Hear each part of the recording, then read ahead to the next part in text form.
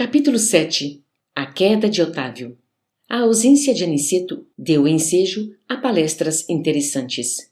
Formaram-se grupos de conversação amiga. Impressionado com as senhoras que haviam solicitado providências para Otávio, pedi a Vicente me apresentasse a elas, não que me movesse curiosidade menos digna, mas desejo de alcançar novos valores educativos sobre a tarefa mediúnica que a palavra de Telésforo me fizera sentir em tons diferentes. O amigo atendeu de boa mente. Em breves momentos, não me achava tão só à frente das irmãs Isaura e Isabel, mas do próprio Otávio, um pálido senhor que aparentava 40 anos.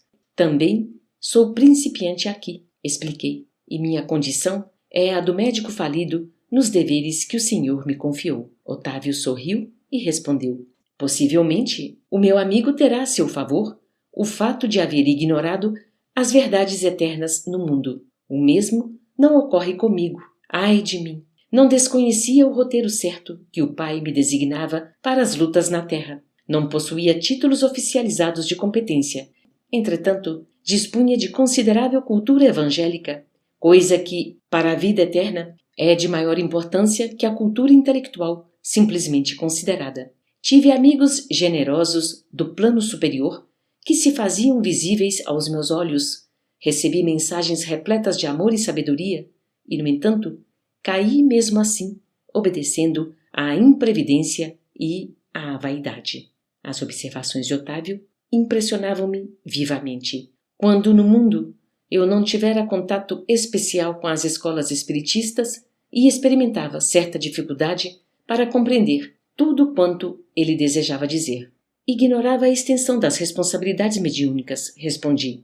As tarefas espirituais, tornou o interlocutor, algo acabrunhado, ocupam-se de interesses eternos e daí a enormidade de minha falta. Os mordomos de bens da alma estão investidos de responsabilidades pesadíssimas. Os estudiosos, os crentes, os simpatizantes no campo da fé podem alegar ignorância e inibição.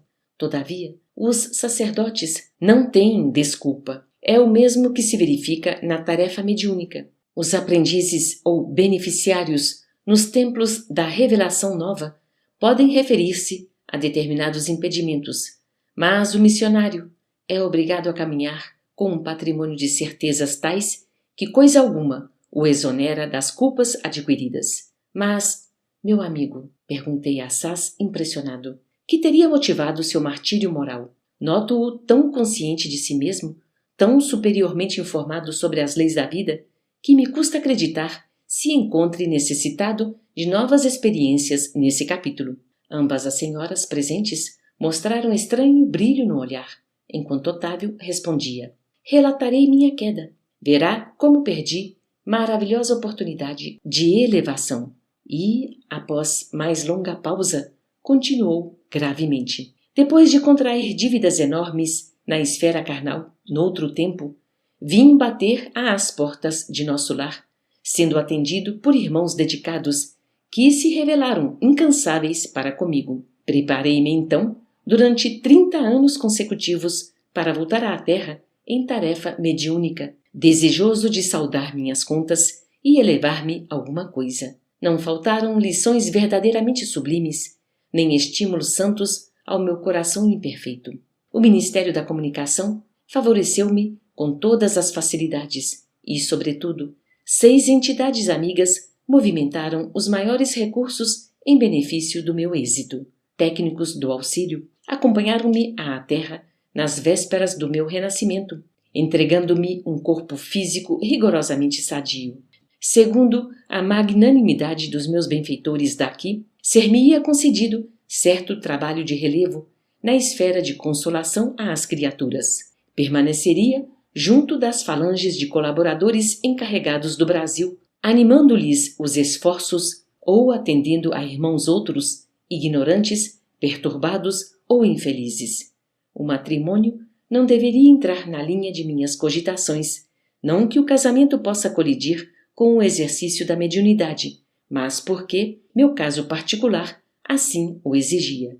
Nada obstante, solteiro, deveria receber, aos 20 anos, os 6 amigos que muito trabalharam por mim em nosso lar, os quais chegariam ao meu círculo como órfãos. Meu débito para com nossas entidades tornou-se muito grande, e a providência não só constituiria agradável resgate para mim, como também garantia de triunfo pelo serviço de assistência a elas, o que me preservaria o coração de leviandades e vacilações, porquanto o ganha-pão laborioso me compeliria a não aceder a sugestões inferiores nos domínios do sexo e das ambições incontidas. Ficou também assentado que minhas atividades novas começariam com muitos sacrifícios para que o possível carinho de outrem não amolecesse a minha fibra de realização e para que se não escravizasse minha tarefa às situações caprichosas do mundo, distantes dos desígnios de Jesus,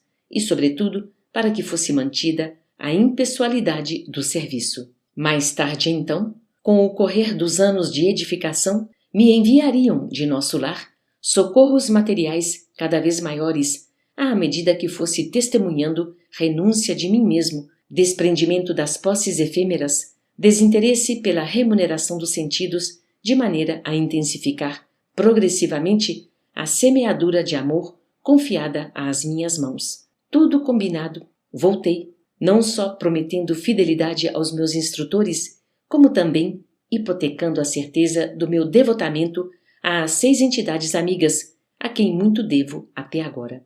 Otávio, nesse momento, fez uma pausa mais longa, suspirou fundamente e prosseguiu.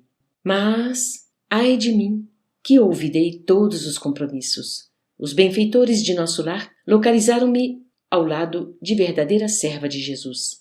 Minha mãe era espiritista cristã desde moça, não obstante as tendências materialistas de meu pai, que era, todavia, um homem de bem. Aos 13 anos, fiquei órfão de mãe, e aos 15, começaram para mim os primeiros chamados da esfera superior. Por essa ocasião, meu pai contraiu segundas núpcias e, apesar da bondade e cooperação que a madrasta me oferecia, eu me colocava num plano de falsa superioridade a respeito dela. Em vão, minha genitora endereçou do invisível apelos sagrados ao meu coração. Eu vivia revoltado entre queixas e lamentações descabidas. Meus parentes conduziram-me a um grupo espiritista de excelente orientação evangélica, onde minhas faculdades poderiam ser postas a serviço dos necessitados e sofredores. Entretanto, faltavam-me qualidades de trabalhador e companheiro fiel. Minha negação em matéria de confiança nos orientadores espirituais e acentuado pendor para a crítica dos atos alheios compeliam-me a desagradável estacionamento. Os beneméritos amigos do invisível estimulavam-me ao serviço, mas eu duvidava deles com a minha vaidade doentia. E, como prosseguissem os apelos sagrados, por mim interpretados como alucinações, procurei um médico que me aconselhou experiências sexuais. Completara, então, 19 anos e entreguei-me desenfreadamente ao abuso de faculdades sublimes. Desejava conciliar à força o prazer delituoso e o dever espiritual, aliando-me cada vez mais dos ensinos evangélicos que os amigos da esfera superior nos ministravam. Tinha pouco mais de 20 anos quando meu pai foi arrebatado pela morte. Com a triste ocorrência, ficavam na orfandade 6 crianças desfavorecidas, porquanto minha madrasta, ao se consorciar com meu genitor, lhe trouxera para a tutela 3 pequeninos. Em vão, implorou-me socorro a pobre viúva. Nunca me dignei a aceitar os encargos redentores que me estavam destinados. Após 2 anos de segunda viuvez, minha desventurada madrasta foi recolhida a um leprosário. Afastei-me, então, dos pequenos órfãos, tomado de horror. Abandonei-os definitivamente, sem refletir que lançava meus credores generosos de nosso lar a destino incerto. Em seguida, dando largas à ociosidade, cometi uma ação menos digna e fui obrigado a casar-me pela violência. Mesmo assim, porém, persistiam os chamados do invisível, revelando-me a inesgotável misericórdia do Altíssimo. Contudo, à medida que esquecia meus deveres, toda tentativa de realização espiritual figurava-se-me mais difícil. E continuou a tragédia que inventei para meu próprio tormento. A esposa a que me ligara tão somente por apetites inconfessáveis, era criatura muito inferior à minha condição espiritual e atraiu uma entidade monstruosa em ligação com ela para tomar o papel de meu filho. Releguei à rua 6 carinhosas crianças cuja convivência concorreria decisivamente para a minha segurança moral, mas a companheira e o filho, ao que me pareceu, incumbiram-se da vingança. Atormentaram-me ambos até ao fim da existência, quando para aqui regressei, mal tendo completado 40 anos, roído pela sífilis, pelo álcool e pelos desgostos, sem nada haver feito para o meu futuro eterno, sem construir coisa alguma no terreno do bem. Enxugou os olhos úmidos e concluiu: como vê, realizei todos os meus condenáveis desejos, menos os desejos de Deus. Foi por isso que falei, agravando antigos débitos. Nesse instante, calou-se como se alguma coisa invisível lhe constringisse a garganta.